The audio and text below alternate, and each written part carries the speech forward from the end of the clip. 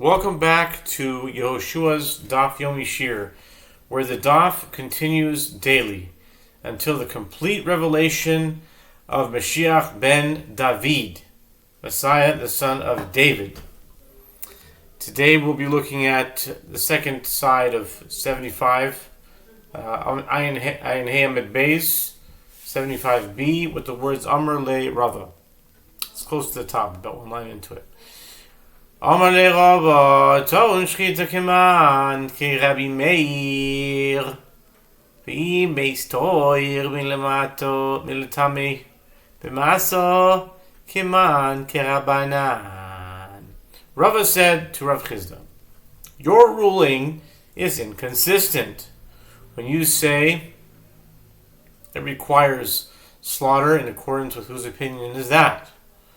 It is in accordance with the opinion of Rabbi Meir that a live 9-month-old fetus is not permitted by virtue of its mother's slaughter. But when you say that if it dies, it is pure with regard to imparting impurity through carrying, in accordance with whose opinion is that? It is in accordance with the opinion of the rabbis.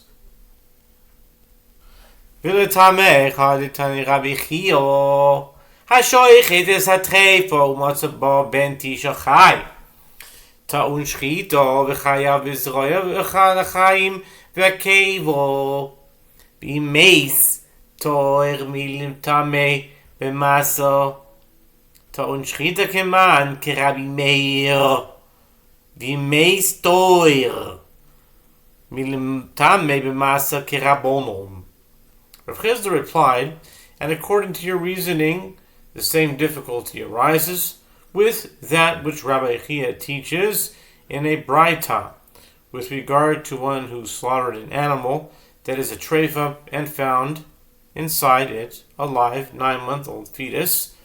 It requires its own slaughter, and it is subject to the obligation to give the foreleg and the jaw and the maw to a priest. But nevertheless, if it dies, it is pure with regard to imparting impurity through carrying. When he says that it requires slaughter, in accordance with whose opinion is that? It is in accordance with the opinion of Rabbi Meir. But when he says that if it dies, it is pure with regard to imparting impurity through carrying, it is in accordance with the opinion of the rabbis. Haloi kashya Rabbi Chia im kvar matzoi meis komar ela lelidach kashya. Rava responded, this is not difficult, as it is possible that Rabbi Chia was speaking about if one found that the fetus had already died inside the mother. In such a case, Rabbi Meir concedes that its mother's slaughter renders it pure, as stated in the Mishnah. Accordingly, the braita is entirely in accordance with the opinion of Rabbi Meir, but according to your opinion, that even if it was found alive and died later, it is pure from the impurity of a carcass. It is difficult. Amar le didi nami lekashya arba'a simanim achshar be'rachmanam. Rav Chisda said to Rava, according to my opinion also, it is not difficult, as I claim that the entire braita is in accordance with the opinion of the rabbis, and although the slaughter of its mother permits the fetus, its own slaughter can also permit it, and the merciful one considers 4 simanim to be fit for slaughter, 2 of the mother and 2 of the fetus being permitted through the cutting of either pair. Ki salik Rabbi Zeira eshkechei Rabasi tiyasi v'kam alei l'rahashmaita amalei yasher v'chein amar Rav Yochanan miklal tipalig alei Rabbi Shimon ben Lakish. The Gemara relates, when Rabbi Zeira ascended to Eretz Yisrael, Rav Asi found him sitting and saying this halacha of Rav Chisda, meaning that the merciful one considers 4 simanim to be fit for slaughter. Rav Asi said to him, That is correct, and so says Rabbi Yochanan. Rabbi Zera asked him, "Can I conclude by inference from your statement that Rabbi Shimon ben Lakish, Rabbi Yochanan's colleague, disagrees with hhim?"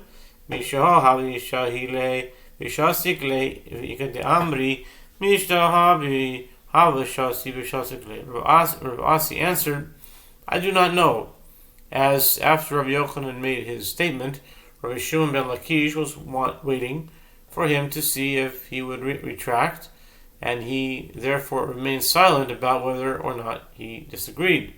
But it is possible that after I left, he disagreed. And some say that Rav Asi said, at that time, Rabbi Shimon ben Lakish was drinking, and that is why he remained silent. Therefore, I do not know whether or not he disagreed. I don't know what drinking here means. Is he just drinking a glass of water, or does it mean he was drinking like alcoholic beverage? I don't know. Anyway, let's continue. Rabbi Shimon Shizuri Omer Afilu Bechule Bahainu Tanakame Omer Kahana Hifris Al Gabi Karka Ikabinayu. The Mishnah teaches that Rabbi Shimon Shizuri says, even if a 9-month-old fetus emerged alive and is now 5 years old and plowing the field, it does not require slaughter. The Gemara asks, this opinion of Rabbi Shimon Shizuri is identical to that of the first Tana, meaning the rabbis. What difference is there between them? Rav Kahana said the difference between them is a case where the fetus stood upon the ground. According to the opinion of the first Tana, once the fetus walks on the ground, there is a rabbinic decree requiring that it be slaughtered before it is consumed, lest people mistakenly permit other animals without slaughter. Rabbi Shimon Shizuri disagrees and holds that it does not require slaughter.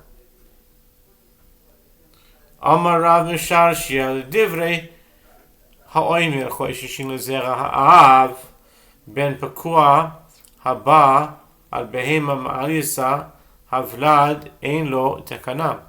Rav Misharshia said, according to the statement of the one who says that when defining the status of an animal, one needs to be concerned with its paternity.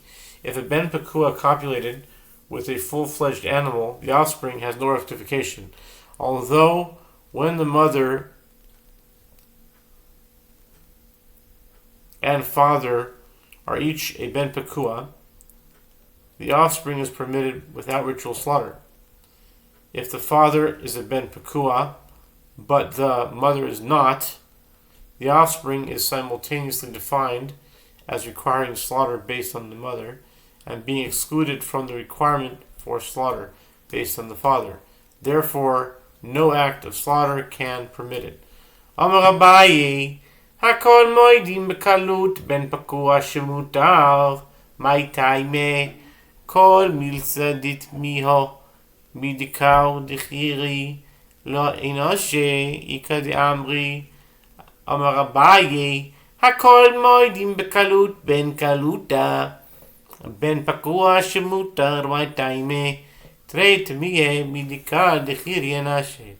Abaye says, everyone, meaning even the first Tana, who requires the slaughter of a ben pakua that stood upon the ground, agrees with regard to a ben pakua with non-cloven hooves that was found inside a kosher animal that is permitted by virtue of the slaughter of its mother. What is the reason for this? It is that people remember any bizarre matter, and there is no concern that if it is permitted without slaughter, people will mistakenly permit regular animals without slaughter. Some say that Abaye said everyone agrees with regard to a ben pakua with non-cloven hooves found inside an animal with non-cloven hooves that was itself born to a kosher animal, that the fetus is permitted without slaughter even if it stood on the ground. What is the reason? It is that people remember two bizarre matters. Amar, the number two bizarre matters. Amar Zeiri, Amar Rechanina, Halacha Rabbi Shimon Shizuri, V'chein Hayash Rabbi Shimon, Halacha Rabbi Shimon Shizuri, V'chein Haya Rabbi Shimon Shizuri, Halacha Rabbi Shimon Shizuri, וכן היה רבי שמעון שזורי, מתיר בבנו ובן בנו עד סוף כל הדיירוס. רבי יוחנן אמר, הוא מותר ובנו אסור. Zeiri says, that Rabbi Chanina says, the halacha is in accordance to the opinion of Rabbi Shimon Shizuri, that a ben pekua is permitted without slaughter, even if it stood upon the ground. And similarly, Rabbi Shimon Shizuri would permit without slaughter the offspring of a ben pekua and the offspring of his offspring, and so on until the end of all future generations. Rabbi Yochanan says, the ben pekua itself is permitted, but its offspring is prohibited unless it is slaughtered. Ada bar chavu havale ben pekua denafal dibele asa lekamed Ravashi amale zir shachte amale amar zeiri amar Rabbi Chanina halacha k'Rabbi Shimon Shizuri v'chein haya Rabbi Shimon Shizuri matir bivno uben beno ad sof kol hadoros afilu lo Yochanan lo kamar el benoi aval ihu lo. The Gemara relates that Ada bar Chavu had a ben pekua that was attacked by a bear and was about to die. Poor thing. He came before Ashi to inquire what to do. Ashi said to him, "Go and slaughter it before it dies, so that you can eat it." In accordance with the opinion of the first Tana, that if a ben pekua stood upon the ground, it requires slaughter. Ada bar Chavu said to Rav Ashi, but doesn't Zeiri say that Rabbi Chanina says the halacha is in accordance with the opinion of Rabbi Shimon Shizuri, that ben pekua is permitted without slaughter, even if it stood on the ground, and similarly, Rabbi Shimon Shizuri would permit without slaughter the offspring of a ben pekua and the offspring of his offspring, and so on until all future generations. And even Rabbi Yochanan, who disagreed, said his dissenting opinion only with regard to its offspring, but with regard to ben pekua itself, he did not disagree that it is permitted. Okay. Amar lei, Rabbi Yochanan did Rabbi Shimon Shizuri Kamar. Rashi said to Ada bar Chavu, Rabbi Yochanan was speaking according to the statement of Rabbi Shimon Shizuri. He said that even Rabbi Shimon Shizuri permits only ben pekua itself, but not its offspring. But Rabbi Yochanan himself agrees with the first Tana that ben pekua that stood upon the ground is prohibited without slaughter. It must be slaughtered. In other words, if a ben pekua stood on the ground, that's it. Amar Rabin bar Chanina Amar Ula Amar Chanina halacha k'Rabbi Shimon Shizuri halacha Rabbi Shimon Shizuri. V'lo od ela kol makom shishana Rabbi Shimon Shizuri b'mishasenu halacha k'moisad. Ada bar Chavu persisted, but didn't Rabin bar Chanina say that Ula says, that Rabbi Chanina says, with regard to a different issue, the halacha is in accordance to the opinion of Rabbi Shimon Shizuri, and moreover, not only is the halacha in accordance with his opinion with regard to this matter, but in any place where Rabbi Shimon Shizuri taught a halacha in our Mishnah, the halacha is in accordance with his opinion.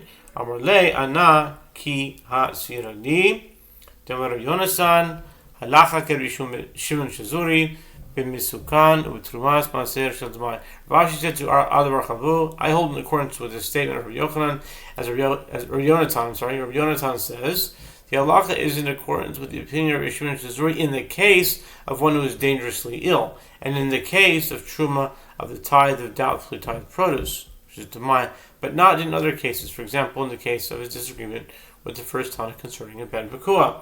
Nesukan ditana ditnam rishoina haya oimlim haya tzvikoilo v'ama kisvu get liishti hare elu yishu yitnu chazru lomar af mifarish v'yotzim shaya hay Shimon ben Shizuri. I wonder why it says Shimon ben Shizuri here and it says Shimon Shizuri. Rabbi Shimon ben Shizuri Omer Af HaMesukan. The Gemara now elaborates on these two cases. The case of one who is dangerously ill is, as we learned in Mishnah Gittin 65b, initially the sages would say that in the case of one who is taken out in a neck chain, as a kolar, to be executed and who said, write a bill of divorce for my wife, these people who hear should write the document and give it to her. Although there was no explicit instruction to give it to her, this is understood to have been his intention in order to release her from the obligation to perform levirate marriage, or the ritual through which she becomes free of her levirate bonds. They then said that this halacha applies even to one who sets sail and one who departs in a caravan to a distant place. A bill of divorce is given to his wife under these circumstances, even if her husband said only, write a bill of divorce for my wife, or Shimon ben Shizri says, even in the case of one who is dangerously ill, who gives that instruction, they write the bill of divorce and give it to his wife. Trumas Maser Shel Demai Ditznan, Trumas Maser Shel Demai Shechaz Nemekayman Shimon ben Shizri Amel Ap Bechol She'alo Ve'ochlo Al Piv. The case of Truma of the tithe of Demai is as we learned in the Mishnah, Demai 4:1. With regard to Truma of the tithe of Demai, meaning Truma of the tithe that was separated from the produce of an Am Haaretz who is suspected of not separating tithes properly, that fell and returned to its original place, becoming mingled with the rest of produce from which it had been separated. Rabbi Shimon ben Shizuri says, even on a weekday, one may ask the Am Haaretz whether or not he separated the necessary tithes, and then eat based on his statement.